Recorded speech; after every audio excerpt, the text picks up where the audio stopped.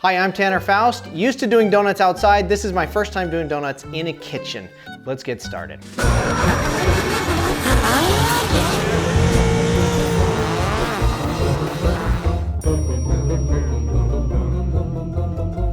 Now, what donuts to make? That's the first problem. Growing up, my favorite candy to get at Halloween involved two of my favorite things, chocolate and peanut butter. So we're making chocolate and peanut butter donuts. Okay, let's get started. First, we're gonna preheat the oven to 350 degrees and get the dry ingredients ready. 1 cup all-purpose flour. I'm gonna mix in a bowl with half a cup unsweetened cocoa powder, half a cup of light brown sugar, packed, preferably, 1 teaspoon baking powder, a half a teaspoon of baking soda, and a 1/4 teaspoon of salt. Okay, looks good to me. Honestly, I couldn't tell the difference if it didn't. But now on to the wet ingredients. For that, we need 2 large eggs, 3/4 of a cup buttermilk, 1/4 cup of unsalted butter, preferably melted and then cooled, and we'll mix those up in a bowl.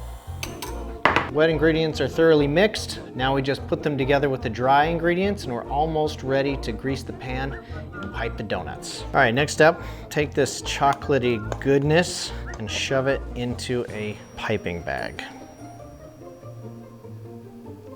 Now we get to the good stuff. Get rid of some of this, grab some scissors, grease in the pan, and we're piping. This is where you need one of those big fluffy hats. Gotta put this up on the shoulder, right? Is that how you do it? No. Size matters here.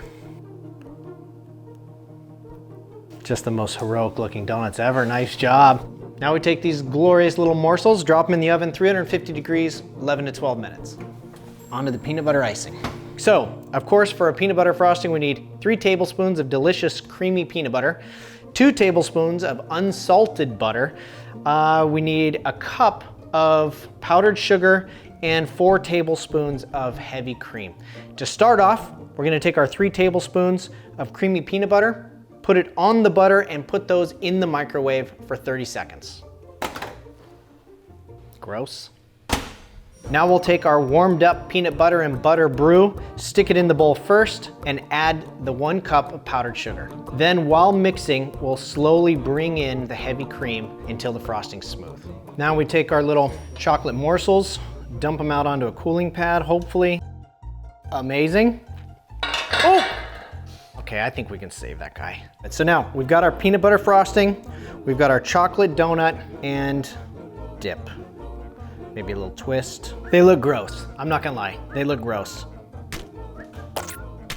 And those are looking delicious. So here we have 2 great worlds, chocolate and peanut butter combined to make the second best type of donuts, besides the ones with a car. That's what I was getting at. Pretty good.